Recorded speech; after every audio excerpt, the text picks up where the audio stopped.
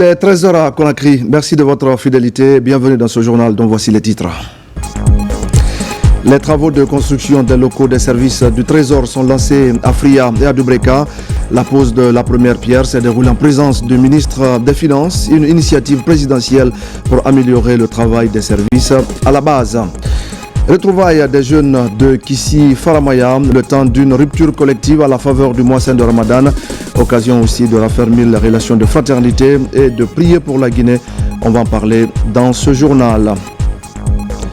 Et justement, les prières se sont intensifiées ces derniers jours en Guinée. Les ministres de l'Habitat et de la Culture étaient dans la commune d'Ixine. Ils ont assisté à une cérémonie de lecture du Saint-Coran pour le pays et pour ses autorités. Bonjour à tous, c'est donc l'épilogue de 29 jours de pénitence et d'adoration. Les fidèles musulmans de Guinée célèbrent ce dimanche l'Eid el-Fitr, ou la fête marquant la fin du mois saint de Ramadan. À Conakry, les différents sermons étaient axés sur la consolidation de la paix et du vivre ensemble. On écoute certains fidèles au micro de Mikini Moussa Kamara.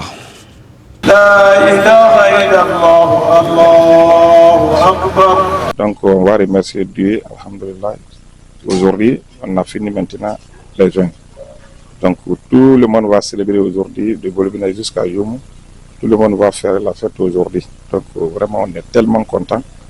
On est tellement contents et on remercie Monsieur le Président de la République, chef de l'État, chef suprême des armées et son Premier ministre et en même temps membre du gouvernement, particulièrement notre secrétaire dynamique des affaires, son excellence Elad Karamo Diawara.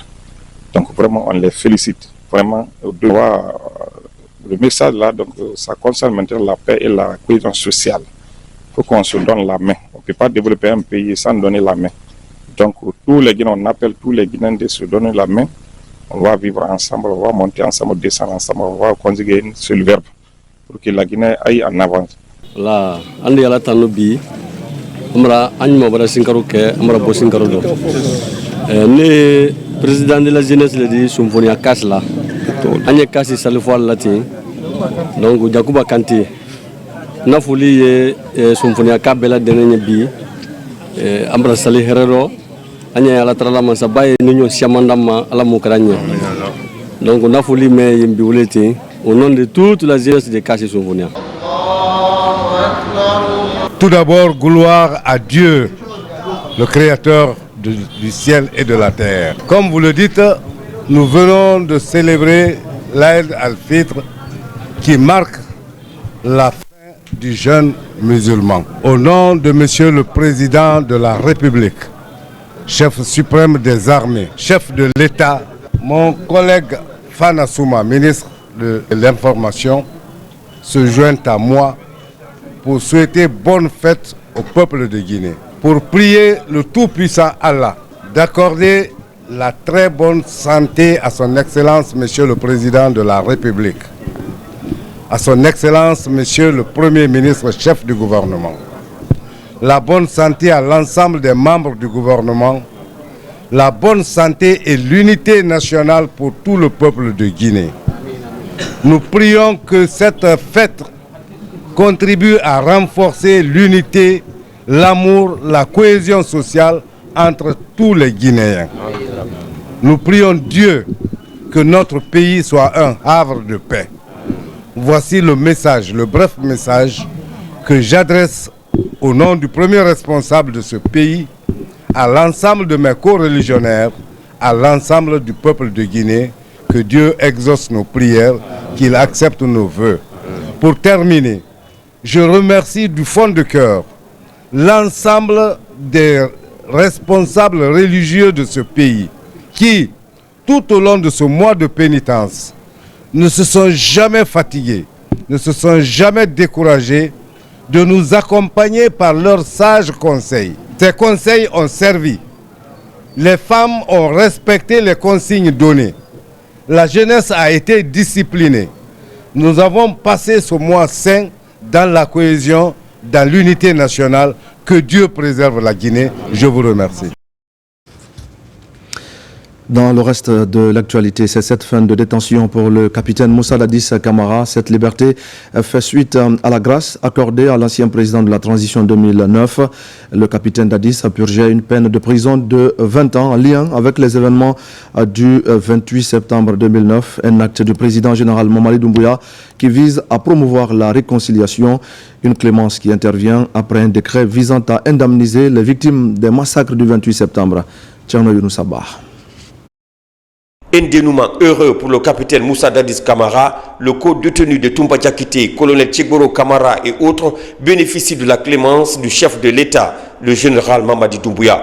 La grâce présidentielle intervient alors que le capitaine Dadis Camara purgeait une peine de 20 ans de prison pour crime contre l'humanité. Sur proposition du garde des Sceaux, décrète, article 1er, une grâce présidentielle est accordée à M.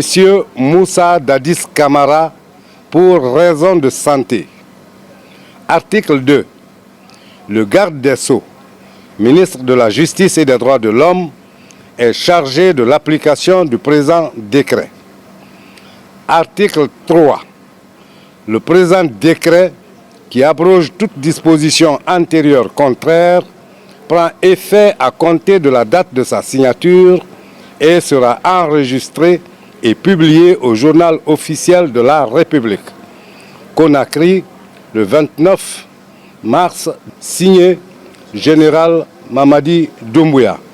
Le capitaine Dadis Camara rentre donc à la maison. Le ministre de la Justice procède à l'exécution de ce décret du général Mamadi Doumbouya. En exécution du dit décret, et en vertu des pouvoirs qui me sont conférés tels que rappelés plus haut, M. Moussa Dadis Camara, à compter de cet instant, est libre et retrouve toute sa liberté et sa pleine liberté. Condamné le 31 juillet 2024 par le tribunal criminel de Dixine, après le long procès des événements du 28 septembre, le capitaine Dadis Camara quitte la maison centrale de Conakry. Cette étape intervient après le décret du chef de l'État visant à indemniser les victimes du stade. Cette autre mesure du président de la République vise à répondre aux besoins d'une justice sociale et à favoriser la réconciliation nationale. Je le disais tout à l'heure au sommaire, le ministre de l'économie et des finances et ses cadres étaient récemment dans les préfectures de Fria et de Breka. C'est une tournée pour lancer les travaux de construction des locaux des services du Trésor dans ces différentes localités. Une initiative présidentielle qui vise à améliorer la gouvernance locale et à doter les structures déconcentrées d'infrastructures modernes. Mamadi Gassama. Cette pose de la première pierre marque le lancement officiel de la construction des trésoreries et logements des trésoriers des préfectures de Fria et d'Oubrika. Cette initiative présidentielle, pilotée par le ministère de l'économie et des finances, s'inscrit en droite ligne avec la vision du chef de l'État, celle de doter nos administrations déconcentrées d'infrastructures modernes qui puissent restaurer l'autorité de l'État, mais aussi redorer l'image de nos villes. Ce n'est pas un fait au hasard que le président demande à l'ensemble du gouvernement d'aller à l'intérieur du pays voir le niveau d'exécution des infrastructures publiques. Et donc cela est un motif de satisfaction et qui va nous conduire à cadencer et à tenir le même rythme pour que toutes nos préfectures aient au moins 2 trésoreries et de logements soient inaugurés d'ici la fin de l'année. Ce bâti sur quelque chose de 400 mètres carrés uniquement pour le bloc administratif. Donc le logement est bâti sur une superficie de 700 mètres carrés. L'engagement est déjà là, c'est de respecter le délai d'exécution qui a été déjà donné au ministère d'une année. La construction des trésoreries préfectorales répond à un double objectif. La mobilisation accrue des recettes et la sécurisation des fonds publics. La construction des bureaux et du logement de la trésorerie préfectorale répond à cette ambition et traduit la volonté des autorités de doter nos institutions des moyens nécessaires à un service public efficace et de proximité.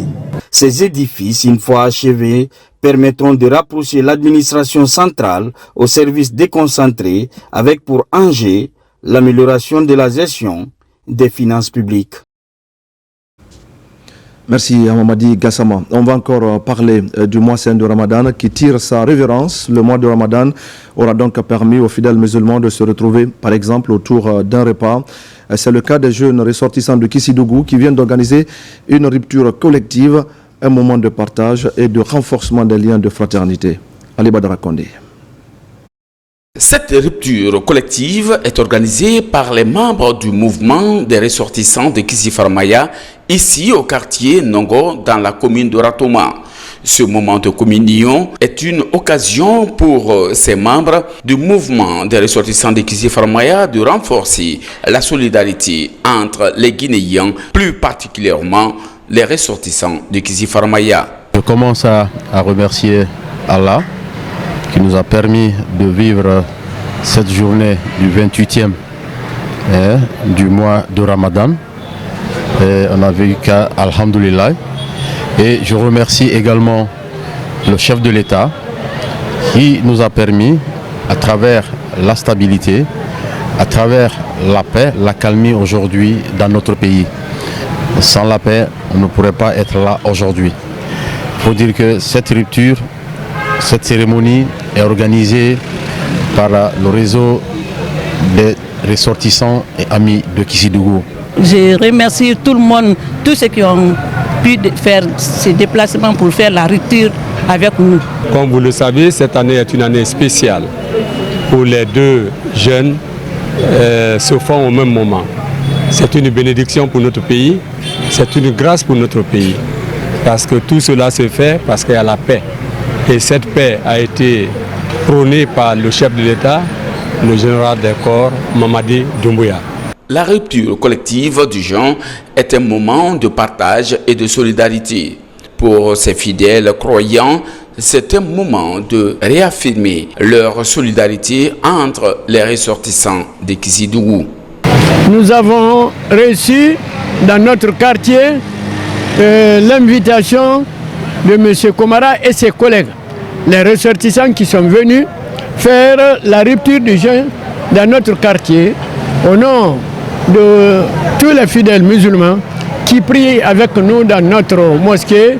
Nous sommes très contents, nous leur souhaitons bienvenue et nous prions Allah pour les organisateurs et pour le régime, pour le chef de l'État, qu'il soit entouré par des hommes sincères. Je commence d'abord par remercier les organisateurs de cette rupture collective, le directeur général adjoint du protocole d'État, M. Mohamed Lamine Komara, pour cette œuvre utile qu'il a faite pour non seulement la communauté musulmane, mais aussi pour nos frères chrétiens. C'est un mois béni doublement parce que les deux religions ont l'occasion en une seule et même période d'observer une période de pénitence, une période d'abnégation, de renoncement pour le Seigneur.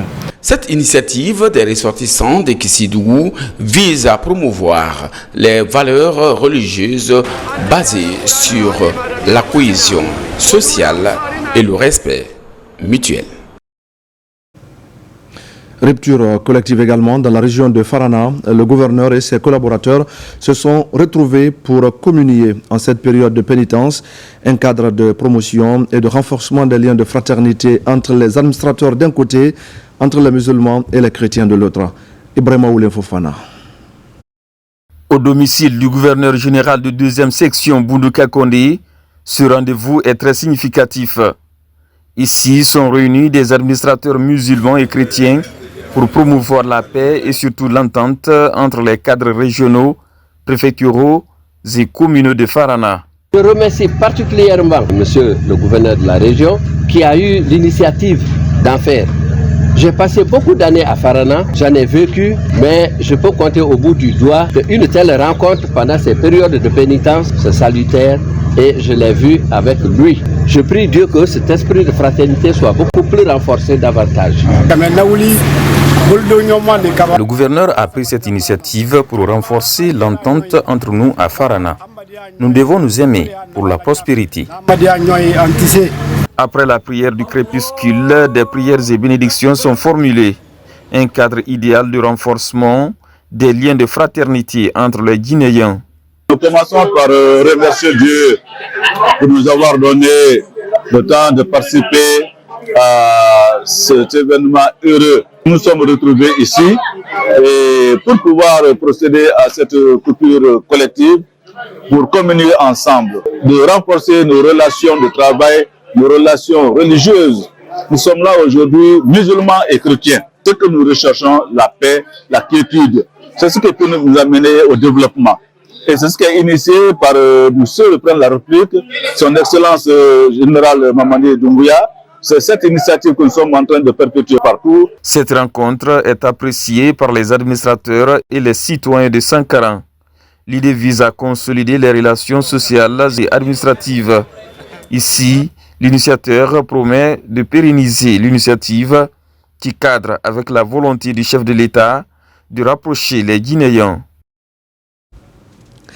Des habits de fête et des enveloppes symboliques également pour la population de Matam. C'est une ONG qui pose ce acte en faveur des plus démunis de la localité. Plusieurs citoyens sont touchés par ce don qui vise à apporter du sourire et de l'espoir aux bénéficiaires. Marie-Angélique Bangoura. C'est un geste qui a tout son sens pour ses bénéficiaires. Ce vendredi, ils sont surpris par ce geste de charité de l'ONG Dianto. Les uns reçoivent des tenues neuves et d'autres des enveloppes symboliques. Femmes, hommes, vieux, jeunes, enfants se réjouissent de recevoir un soutien pour la fête. Je suis très contente car c'est la première fois que je reçois un habit de fête cette année. J'ai gagné mes habillements pour la fête du Ramadan. Alhamdulillah Rabbil Alamin. C'est ça que je dois porter ce jour pour aller prier et prier pour cette association et prier pour les gens qui ont fait cette don-là. En visitant les populations de Matam et environnants, l'ONG Dianto soulage le cœur des nécessiteux. Elle s'engage à offrir son soutien à plusieurs personnes dans le but de se rendre utile à la population guinéenne. Avoir quelqu'un qui vous offre des habits, ce n'est vraiment pas facile à voir de nos jours. Je les remercie et je prie pour eux.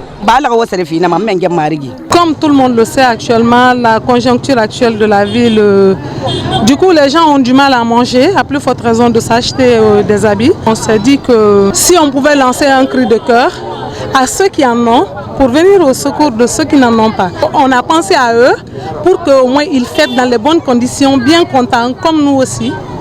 Avoir un tel soutien pour célébrer la fête est une grande joie pour les familles bénéficiaires de ce don de l'ONG Dianto. Le mois de Ramadan aura donc favorisé l'expression de la grande générosité. À Conakry, une centaine de familles a aussi bénéficié d'un don de vivres composés de riz et d'huile. C'est un compatriote qui fait ce geste à travers la fondation Cheikh Abdallah Bangali Doumbia pour soutenir ses familles en ces moments de pénitence. Mariama Diallo.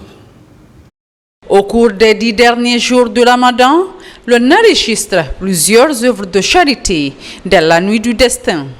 Un moment où les fidèles intensifient les actes d'adoration et de bienfaisance pour obtenir de multiples récompenses d'Allah.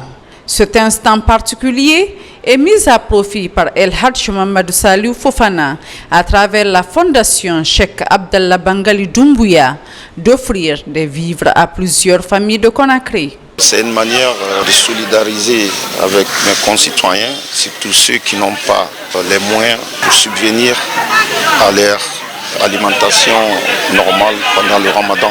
Le mois de Ramadan, c'est un mois saint, béni et pour nous les musulmans, et c'est un mois qui nous pousse à se rapprocher, à nous donner la main et à nous soutenir. Ce n'est pas la première fois, la première de la fondation, mais aussi ce n'est pas la première aussi de Mamadou Saliou Fofana à notre endroit. Nous l'encourageons, nous le disons que nous serons avec lui pour aider les personnes vraiment nécessiteuses. Cette action de charité s'aligne sur la volonté du donateur à accompagner ses familles en nourriture pendant cette période de pénitence. L'acte est vivement apprécié à sa juste valeur par les bénéficiaires. Mubarak tantu Allah nwadi Mubarak nyala kifan Allah ga serebi Allah ga shiga yare man marigi Mubarak nyala abara sewa Allah ga mali Allah ga shiga yare marigi Allah ga tanga wumbe Allah ga mo bokk shiga yare Allah ga mo madi mali Allah ga bakku defé bi man marigi tala. Depuis plusieurs années, El Hadj Mohamed Saliou Fofana, à travers la fondation Cheikh Abdallah Bangali Doumbouya, a toujours pratiqué la charité à l'occasion de la nuit du destin. Et puis l'Union des jeunes pour le développement de la Bellevue vient d'organiser une lecture du Saint-Coran. Par cette initiative, les participants ont demandé à Dieu de continuer de consolider la paix et de renforcer le vivre ensemble. Cette rencontre a été également l'occasion pour les jeunes de réaffirmer leur engagement à accompagner le chef de l'État dans ses actions de développement. Sona Sagnou. À la grande mosquée de la Bellevue, École 2, les fidèles implorent la grâce divine pour la paix et l'unité nationale. C'est une initiative de l'Union des jeunes pour le développement du quartier Bellevue. On s'est dit, étant jeune, il faut accompagner. Et le développement d'un pays dépend de la jeunesse. Et c'est la raison pour laquelle aujourd'hui on a réuni nos sages pour qu'ils bénissent pour nous, pour l'avenir et pour le pays, mais aussi pour le président de la République. Après la lecture du Saint-Coran, nous avons décidé d'organiser des formations pour le coaching, former la jeunesse de la belle vie. Parce qu'on a compris que tout le monde ne peut pas être un fonctionnaire. Donc il faut prôner pour l'entrepreneuriat. C'est l'entrepreneuriat qui peut sauver la jeunesse. Au-delà de son sens spirituel, cette cérémonie de lecture du Saint-Coran a été aussi une occasion de lancer un appel à l'unité.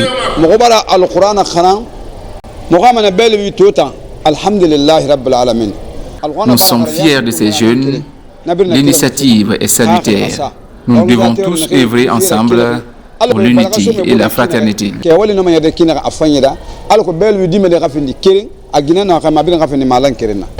Prôner la paix de ce pays d'abord et le quartier auquel nous vivons. Réellement, quand on voit une jeunesse qui a une vision très longue, ça, moi je dirais que l'idée est salutaire. Empreinte d'invocation, cette cérémonie spirituelle revêt une importance capitale pour l'Union des jeunes pour le développement du quartier Bellevue, une jeunesse qui œuvre pour la paix en Guinée. Ce dimanche marque donc la fin du mois saint de Ramadan, mais avant, les fidèles musulmans du quartier d'Exine Foula avaient accueilli une forte délégation dans leur mosquée. C'est une délégation composée entre autres d'un ministre de l'Habitat et de la Culture. Ils étaient là pour répondre à l'invitation à prier pour la paix et pour le développement de la Guinée. Yaya Silla. La grande mosquée de Dixine est l'un des tout premiers lieux de culte pour les communautés musulmanes installées à Conakry et environ. C'est ici qui a été choisi par un des citoyens du quartier, aujourd'hui vivant en Europe, pour organiser une prière et lecture du Saint-Coran. Mohamed Lamine Camara, Kringay et Vision Avenir de Guinée ont invité les sages et les autorités à implorer la grâce divine pour le pays et pour le chef de l'État. Ça fait la 3e journée aujourd'hui. On l'a commencé depuis avant-hier. Donc c'est aujourd'hui que nous allons clore. C'est organisé par notre mouvement Vision Avenir de Guinée, qui a pour président plutôt Mohamed Lamine Kringay hollandais, qui a organisé cette jeunesse autour de lui, juste pour appuyer et vulgariser les acquis du président de la République. Le mois de Ramadan tire à sa fin. Les fidèles musulmans profitent ces derniers moments pour implorer la grâce de Dieu. Les membres du gouvernement qui ont répondu à l'invitation de Vision Avenir de Guinée ont loué le Tout-Puissant pour avoir accordé à chacun le bien-être pendant ce mois de Ramadan. Ce dernier vendredi qui marque presque la fin du mois de Ramadan, et mon collègue ministre de la Culture, Moussa Moïse Silla et moi, avons été invités par la jeunesse de ce quartier pour venir communier avec eux autour de ce rendez-vous religieux, implorer le pardon et la grâce de Dieu en faveur de l'ensemble des fils et filles de notre pays, mais également en faveur de la paix, de la culture sociale et aussi en faveur de la santé pour le chef de l'État, mais également que Dieu puisse l'aider à continuer à mettre en œuvre le programme de développement qu'il ambitionne pour ce pays. Il est indéniable que le général Mamadi Doumbouya gouverne ce pays sous l'ombre du Tout-Puissant Allah. Partout sur l'ensemble du territoire national, des citoyens qui ne sont pas conditionnés par le pouvoir central, par les ministres, se donnent pour objectif d'organiser dans leur quartier, dans leur commune, dans leur préfecture, dans leur région, des lectures du Saint-Coran et également des séances de prière dans les églises pour la paix dans le pays, mais aussi pour la protection du général Mamadi Doumbouya. Ce qui signifie que c'est un président qui est sous la protection du Tout-Puissant. Et l'exemple qui est donné aujourd'hui, c'est l'exemple qui doit être inspiré, qui doit inspirer tout le monde. La diaspora guinéenne est une force de proposition constructive. Monsieur Mohamed Lamine Camara hollandais est un cas illustratif parce qu'il a décidé de donner le bel exemple en organisant cette séance de lecture du Saint-Coran pour le président de la République et également pour la paix dans notre pays. Qu'il en soit vivement remercié et c'est pourquoi nous sommes dans un élan d'interministérialité, de fraternité. Le ministre de l'Urbanisme et moi-même avons effectué ce déplacement pour lui témoigner notre gratitude au nom du chef de l'État, mais aussi remercier l'ensemble des populations de Dixine. La vision Avenir de Guinée est une plateforme de soutien aux actions du général Mamadi Doumbouya. Elle est mise en place par Mohamed Lamine Camara Kringé, un des membres de la diaspora guinéenne en Europe. Et voilà, mesdames et messieurs, c'est la fin de ce journal. Merci à tous de l'avoir suivi. Je vous retrouve tout à l'heure à 17h pour un nouveau point sur l'actualité de la Guinée, notre paradis, terre de richesse et d'innovation. Bonne fête à tous.